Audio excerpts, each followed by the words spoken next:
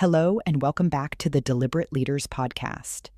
I'm your host, Allison Dunn, and I'm thrilled you're joining me today. We're diving into a topic that's critical for every organization's future: how to effectively lead your high potential employees, or, as they're often called in leadership circles, your HiPos. These talented team members aren't just your top performers, they're your future leaders, innovators, and quite possibly your competitive advantage. But here's the hard truth: they're also likely your biggest flight risk if not properly developed. Many organizations think they're doing a great job with their HiPos when in reality, they're just keeping them busy and hoping they stick around. That's not a strategy. That's a gamble with your company's future. Let's start by clearing up a common misconception. High performance in a current role doesn't automatically equal high potential for leadership. The person crushing their sales targets might be amazing at their job, but that doesn't necessarily mean they have what it takes to lead others. True high potential employees demonstrate three key attributes that set them apart. 1. Perspective. HiPos think differently. While others ask, "What's my task for today?" HiPos are asking deeper questions. Why does this initiative matter to our long-term strategy? How does this project connect to our company values? What's the real problem we're trying to solve here? If you're not inviting these minds into your strategic conversations, you're missing out on valuable insights and simultaneously pushing them toward the door. 2. Presence. When HiPos enter a room, people notice, not because they're demanding attention, but because they bring a certain quality with them. They communicate with clarity, they listen actively, they inspire trust before they ever have a formal leadership title. This presence isn't about charisma alone.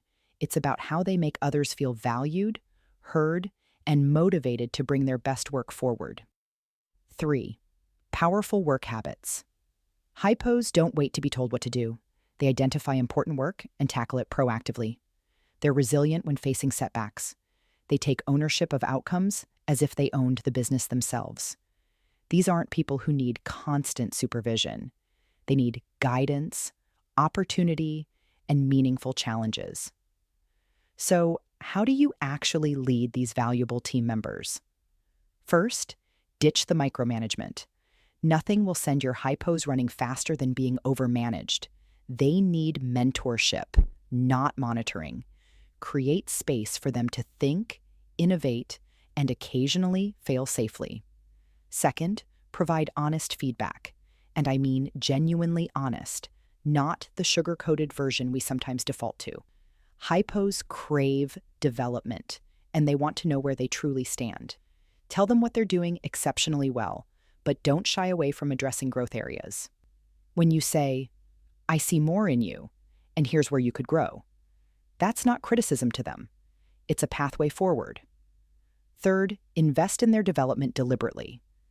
This means providing stretch assignments that push their capabilities, creating opportunities for them to shadow senior leaders, asking them directly about their aspirations and listening intently, connecting them with resources, training, and experiences aligned with their goals. I often hear leaders worry, what if I invest all this time and resources, and then they leave? But let me flip that question. What if you don't invest in them, and they stay? Imagine the opportunity cost of having your most capable people operating at half their potential because you didn't develop them properly. Here's your challenge for this week. Identify who on your team shows those three key attributes: perspective, presence, and powerful work habits. Then schedule time with them to have a development conversation. Ask questions like, what part of your role energizes you most? Where do you see yourself growing in the next year? What skills would you like to develop that would benefit both you and the organization? Then, together, create one specific stretch opportunity that aligns with their development goals.